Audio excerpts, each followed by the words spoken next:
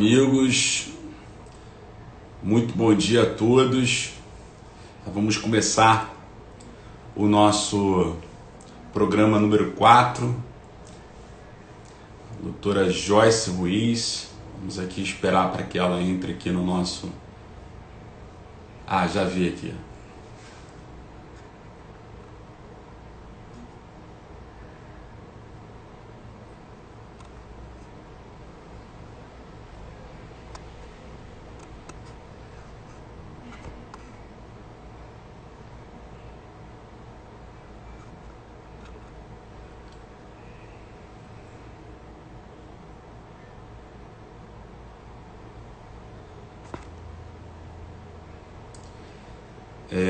Joyce, acho que você entrou pelo computador. Se puder entrar pelo celular, porque eu não estou conseguindo te mandar aqui o convite aqui. Espera aqui, vamos ver aqui como é que a gente vai fazer.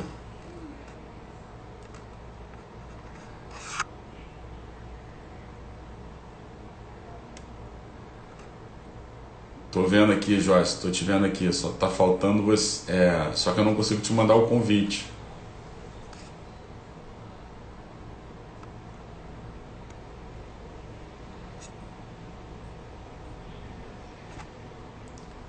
Tá dizendo aqui que você não pode participar.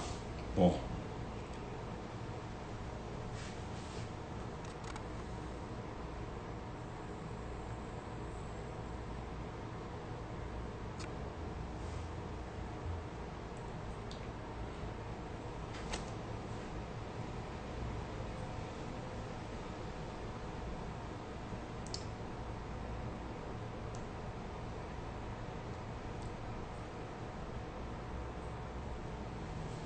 Joyce, vê se você consegue sair e entrar de novo pelo celular.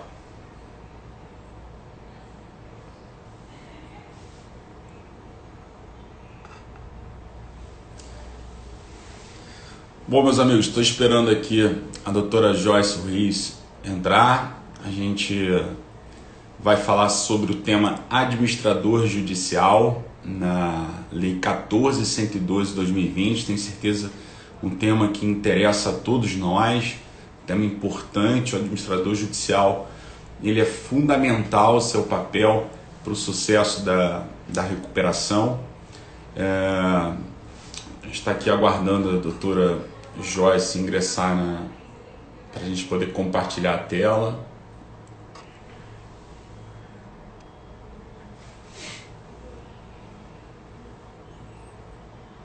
Quero agradecer a todos que estão aí ao vivo, aguardando a doutora Joyce.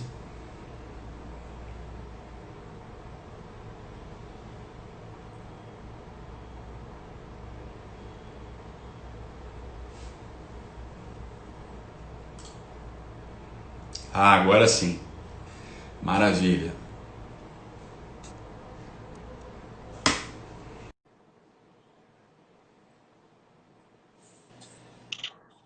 Oi, Juan, você me ouve? E aí, tudo bem, doutora Joyce? Bom dia. Tudo bem, Sim, claro. bom dia. Estou no celular, vamos ver se dá certo, porque pelo notebook aqui não deu. Vamos ver, torcer para dar tudo certo agora. Tenho certeza que sim. Eu vou fechar os comentários aqui para a gente melhorar a nossa transmissão. Deixa eu só fechar aqui. Pronto, acho que foi. Bom, hoje nós vamos receber no nosso programa número 4, 10 mais de direito empresarial, aquilo que a gente fala que são os 10 minutos de direito empresarial mais importantes da sua vida acadêmica. Hoje nós vamos receber a doutora Joyce Ruiz, administradora judicial, super conhecida e que atua em grandes processos no Brasil inteiro, especialmente em São Paulo, e é professora também, ministra palestras no TMA, então um profissional que vai nos ajudar a compreender o papel do administrador judicial na Lei 14.112 de 2020. Joyce, a gente aqui vai direto ao ponto. A gente vai falar sobre administrador judicial e eu queria saber exatamente quais são os pontos mais importantes que você identificou na Lei 14.112 de 2020, para que todos os que estão nos acompanhando agora, que são profissionais também, como você, administradores judiciais, são alunos de concurso público, são nossos seguidores, possam aqui identificar também aquilo que realmente é mais importante. Você tem 10 minutos para que a gente possa expor aí essas questões. Palavra contigo, Joyce. Obrigada, Juan. Obrigada pelo convite. Em primeiro lugar, feliz 2021 para todos nós, com muita saúde. Não vou ficar fazendo elogios para você, até porque eu sou um pouco suspeita, né? Porque, como eu te disse, quando eu te conheci, nós somos primos e não sabemos, né? Porque eu uso só o Ruiz, mas eu sou Sánchez Vázquez Ruiz. Então, primo com primo, ficar falando não dá muito certo. Vai ser muito elogio um do lado do outro aqui. Mas vamos lá, vamos falar rapidinho, porque nós temos pouco tempo, mas tentar falar de uma forma bem simples, didática, quais foram as alterações mais significativas para a atuação dos administradores judiciais com a Lei 14.112, agora de 2020. Eu diria que nós temos 3 artigos principais, o 22, o 114A e o 142, que vão impactar na atuação do AJ. Nós temos algumas que eu entendo que foram alterações muito boas, outras boas, algumas que eu diria vagas e até inócuas e que não vão dar muito resultado na prática, no dia a dia. Vamos começar pelo mais simples antes. As benéficas, as que foram boas. As primeiras eu poderia dizer que são benéficas para a celeridade e para a eficiência do processo, tanto para a recuperação como para a falência, e para diminuir a assimetria de informações entre os devedores e os credores. O artigo 22 determina que o AJ deve ter um site com informações atualizadas sobre os processos e consulta as principais peças. Isso vai facilitar para credores que não tenham um entendimento jurídico, que acessem os sites dos tribunais de justiça, eles já vão lá e pegam as informações das principais peças. Também determina o artigo 22, que o AJ tem e-mail para recebimento de habilitações e divergências e que apresente modelos que poderão ser utilizados pelos credores. Essa padronização da atividade do AJ foi bastante discutida nos últimos tempos, principalmente o ano passado. Em agosto de 2020, o CNJ já tinha editado a recomendação 72, que já dispunha sobre padronização de relatórios apresentados pelo AJ em processos de recuperação judicial e de falência. O CNJ, ele ressaltava justamente a importância, nessa recomendação, a importância da atividade do AJ e a necessidade de uma padronização mínima para a adoção de melhores práticas e para os princípios de transparência e celeridade. Ele já determinava a apresentação de relatórios da fase administrativa de análise de créditos, os RMAs, os relatórios mensais de atividade, relatórios de andamentos processuais, tanto em recuperação judicial como em falência, e os relatórios de falência de forma padronizada. Logo em seguida, o Tribunal de Justiça daqui de São Paulo foi mais longe e publicou várias recomendações para a padronização da atuação dos AJs, tanto em verificação de crédito, como em assembleias virtuais, em editais, em formulários para habilitação e divergência, relatórios sobre planos, sobre correspondência. Então, essa é uma tendência que já estava acontecendo, começou pelo CNJ, passou aqui por São Paulo, agora, melhor ainda que a lei coloque, para que isso seja divulgado, que seja adotado no país inteiro, porque quando a gente fala aqui de São Paulo ou do Rio de Janeiro, tudo fica mais fácil. Então, realmente, os grandes AJs, os AJs médios e grandes aqui, todos já adotavam esses procedimentos. Isso não é uma novidade. Mas isto não ocorre também nas comarcas, se você pensar no Brasil inteiro. Então, não tem tanto impacto aqui para nós, mas, com certeza, para ter essa padronização mínima da atividade dos AJs, isso pode facilitar, sim, a passagem das informações, a diminuição dessa assimetria, se você pensar em todos os estados.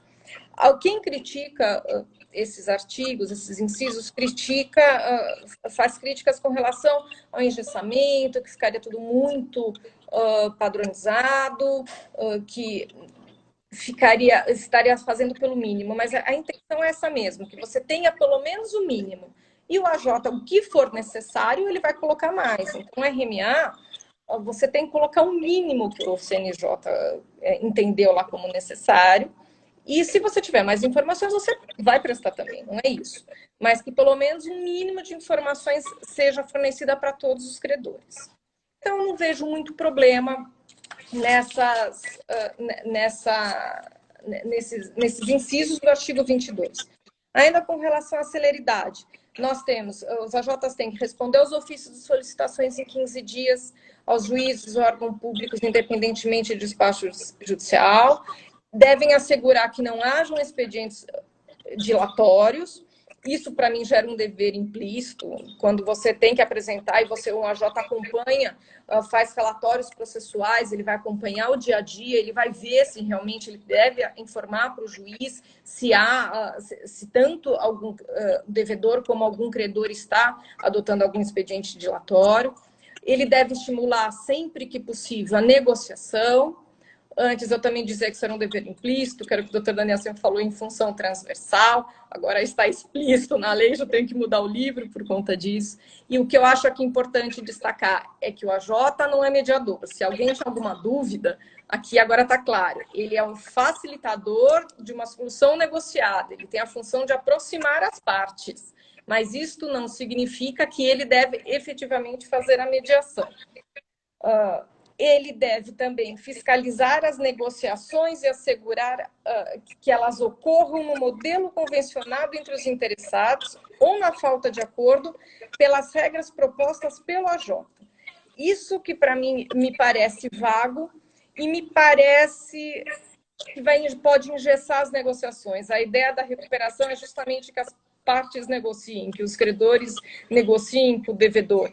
Então, uma coisa é o AJ tentar aproximar as partes, mas ele, inclusive, apresentar as regras para o acordo não me parece lógico, não me parece possível.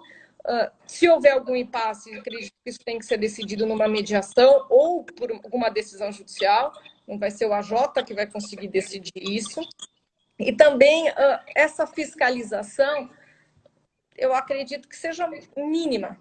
Você não vai conseguir, você não vai participar efetivamente da negociação das partes, e se tiver alguma coisa errada, tenha certeza que não é para o AJ que os credores, o devedor vão chamar e falar, vem aqui que a gente precisa te contar uma coisa.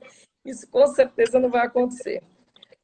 Então, eu acho que isso realmente é vago, isso pode engessar as negociações, caso efetivamente algum juiz queira colocar em prática. Uma grande novidade que a gente tem é a alienação dos ativos na falência em 180 dias, contados da juntada do auto de arrecadação, sob pena de destituição, não é nem substituição, com exceção de alguma impossibilidade fundamentada. O que significa isso? Ele tem que fazer essa venda em 180 dias, a menos que ele tenha algum problema na publicação de editais ou na avaliação de algum bem que seja específico e seja necessária essa avaliação para depois se colocar à venda, obviamente, que tenha algum problema com morosidade de cartório.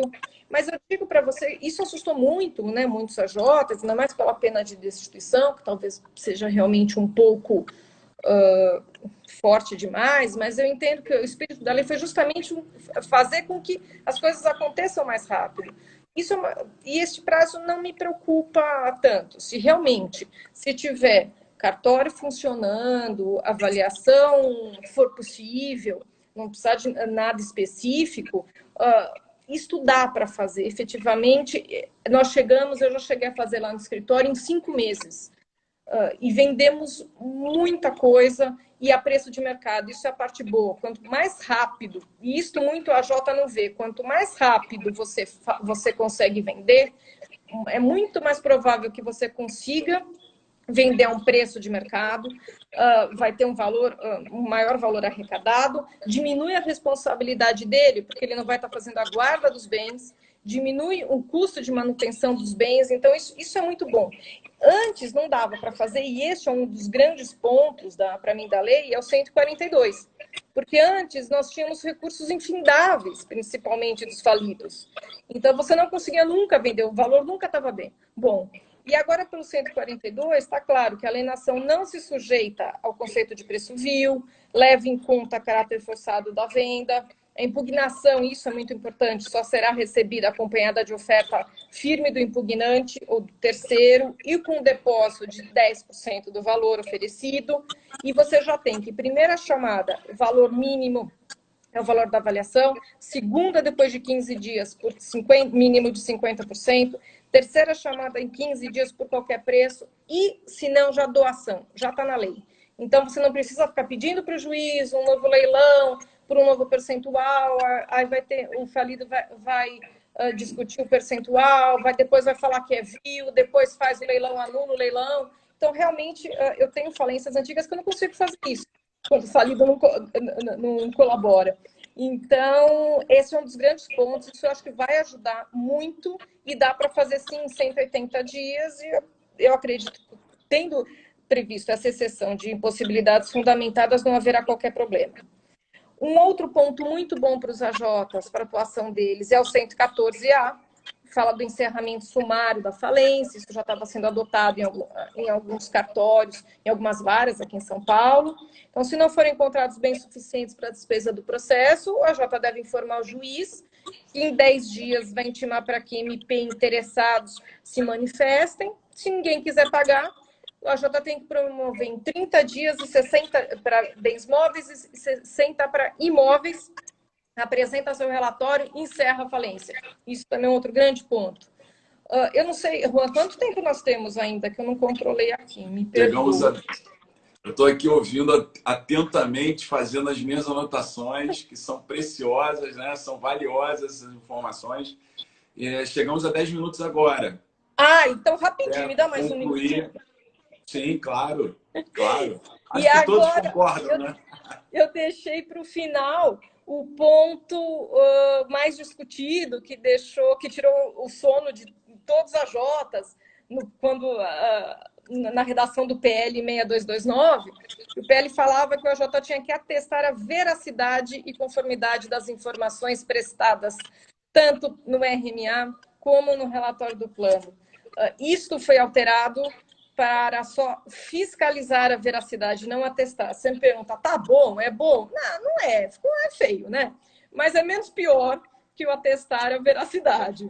E quando eu tentei discutir muito, batalhar muito também lá em Brasília, para que entendessem, que eu falei, o que é atestar a veracidade? Ninguém que não seja de dentro da empresa consegue fazer isso.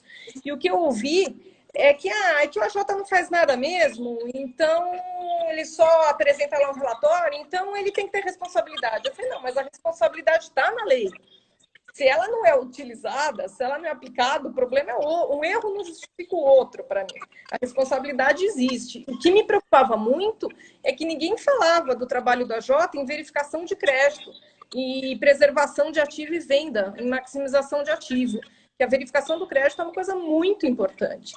Então, isto pelo menos foi mudado, né, para fiscalizar a veracidade. Acredito que na prática não vai, só avisou para os AJs, porque se tivesse que atestar a veracidade, eu acredito que muito deles, AJs sérios e que tivessem patrimônio, iam pensar 2 vezes em continuar a atuar.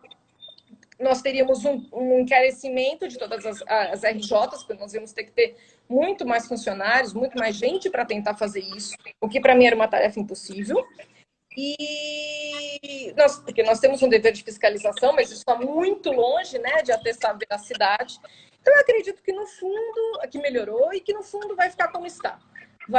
Nos relatórios, nós vamos ter que apresentar e nós temos que fiscalizar mesmo. Se a gente verificar alguma irregularidade patente, a gente logo vai ter que avisar mesmo. E para finalizar, o último ponto é que agora nós temos que apresentar relatórios sobre plano.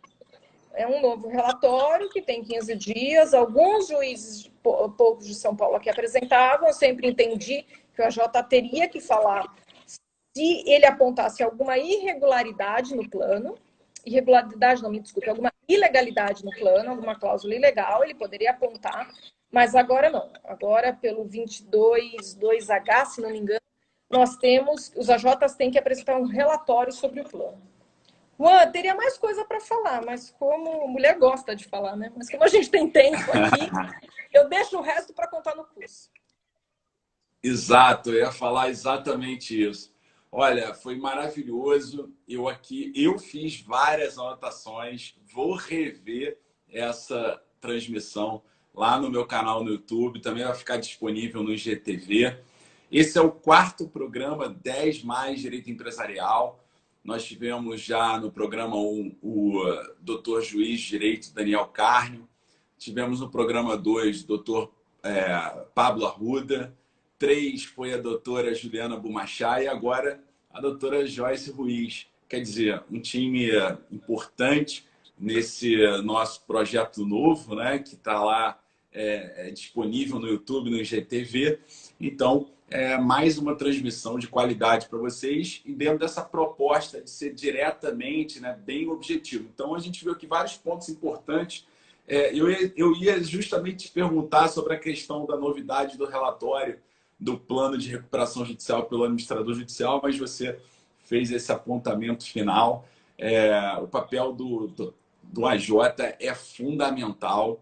A recuperação judicial ela não acontece se a gente não tiver um bom profissional preparado, inclusive com essa perspectiva também de estimular a mediação, né? Tem que estar aberto, portanto, para esse novo cenário. Porque eu estava falando com a doutora Juliana Bumachá, que falou sobre mediação, é que a gente, nas faculdades de Direito, a gente é preparado para o litígio, né?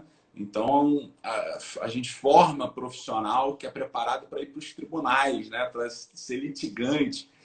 E esse cenário abre muitas oportunidades, né? E a gente tem que saber exatamente qual é também o papel do administrador judicial. Como você bem disse, ele não é o mediador, né? Ele vai facilitar essa mediação, vai estimular, e isso é importante também ser bem compreendido. A doutora Joyce, para mim, é referência como administradora judicial. Ela tem um livro que eu sempre utilizo, não só nas minhas aulas, mas nos processos, quando eu atuo na promotoria empresarial, que é o livro sobre administrador judicial. Certamente tem muitos temas aí importantes e que ela vai trazer no curso de recuperação judicial, porque a doutora Joyce ela também é uma das professoras que nos honram, né, nesse nosso curso de recuperação judicial, junto com outros grandes profissionais. Aliás, Joyce, desculpa falar bastante aqui, mas hoje é o último dia do valor promocional do curso lá no RJ Plus. Então, o pessoal que estiver interessado, o valor está muito bacana. Então, se vocês tiverem interesse, vai lá no RJ Plus ou manda mensagem. Hoje é o último dia. Então, olha, se você gostou, compartilha com os seus amigos, vejam lá no YouTube de novo, no IGTV.